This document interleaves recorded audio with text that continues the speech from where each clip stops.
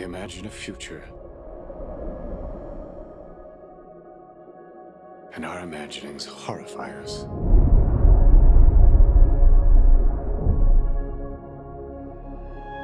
They won't fear it until they understand it.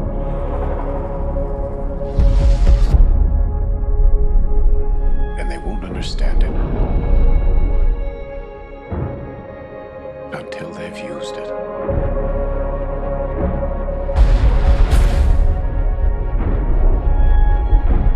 Theory will take you only so far.